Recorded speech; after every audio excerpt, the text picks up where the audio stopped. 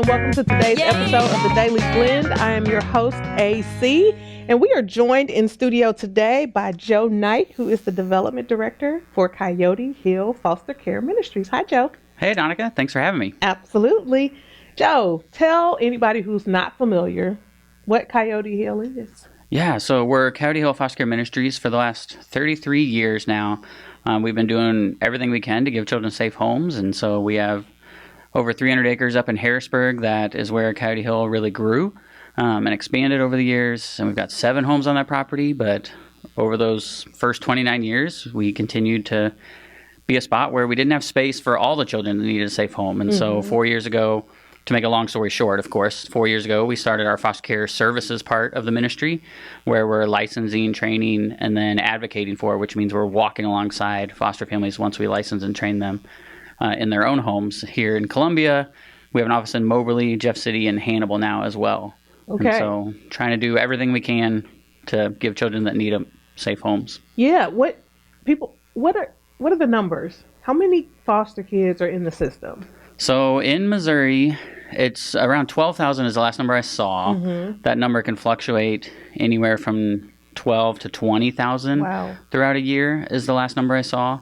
But the most recent here in Boone County, which is the February report, was the most recent one. Actually, no, I just saw March this morning. Okay. And so in March here in Boone County, there were 300 children exactly in foster care. And so that's too many. Yes. I mean, one is too many. And so there's actually right now 3 times as many children in foster care as there are foster homes. And so that is part of why we started doing our foster care services 4 years ago, because that number's not right. And so we're doing everything we can until there's more than enough foster homes for children that need them. Yeah, the numbers just don't even up, do they? The number of people who are, equipped and trained to be a foster family is always lower than the number of foster kids. Yeah. How do you guys, as a service in this area, I don't want to say recruit like families to be foster parents? Really anything with our marketing, with our social media, but one of the biggest ways we recruit foster parents is we actually try to get into local churches often and have either information tables, get on stage, share a story, have a video that we can share with churches, and all in May for Foster Awareness Month, we're trying to get into as many churches as we can and just share those numbers that there's not enough foster homes for there are children in foster care. Yeah. And we tell people not everyone needs to be a foster parent, but everyone can make the difference in the life of a child. So that may be becoming a foster parent. It might be volunteering for tutoring, making a meal for a family. Because, somebody has a newborn, we're really good about saying, let's make them meals for a couple weeks. Yes. But you welcome a 7-year-old into your home who's not typically a member of your home.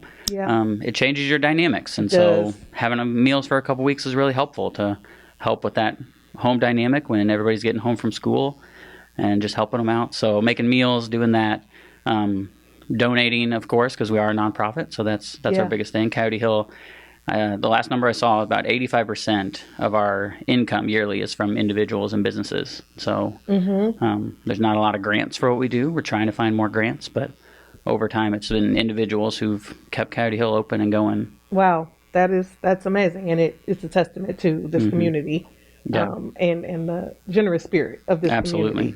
And I know Coyote Hill is definitely an esteemed part of this community. We all love what you guys are doing for the kids and the families who are in that foster care system, because you're not just helping kids get placed, but you're also supporting those families who take those foster kids in. Absolutely, and that's important as well. Yeah, and we, with our advocacy, I slightly mentioned earlier, so when we license and train a foster parent, they get their own family advocate, and that advocate's job is to walk alongside that family. And so the national average is still, last numbers we saw, about 50% of foster parents give up after the first year, which means children in foster care, who are still on average moving 3 times a year, are having to move because their foster parents feel overwhelmed, under-supported. It's hard. It's really hard because you're inviting trauma into your home. Yeah. And so Coyote Hill is seeing an 88% retention rate of our foster parents. Okay. Which is huge compared to that 50% average. Yeah. Which means kids are getting more consistency. They're not having to move as much. I could think of a few kids who've been in the same place for 4 years. Wow. Which is awesome. Like, it's not great because they're still in the foster care system. Right. So they don't have that permanency yet. But to at least know where they're going to sleep that night makes a Yes. big difference for a child in care. I would imagine it does. Mm-hmm. You know, when you think about kids, or if you have your own kids, you think about how consistency. Like we always say in our house, consistency is key, Mm-hmm. right? And so when kids are being moved, you said average 3 times a year, moving 3 Yeah. times a year. I mean, that's got to be. It just adds to the trauma. Yeah. And that's really hard. Yeah, and there's already the trauma of why they were removed Mm-hmm. from the home, and then that kind of adds to it. Mm. Yeah. Okay. Well, I know that you guys are able to continue what you do because you have, like you said, generous donors, and you also have events, Mm-hmm. and you invite people to those events so that they can give. What I know you have some stuff coming up. What's coming up soon? Yeah, we've got on May 20th, it's Monday at the Country Club of Missouri, we've got our golf tournament. And so we have a couple spots left in our afternoon. So if anybody's a golfer, wants to be a whole sponsor for that, like we would love to have anybody join in on that.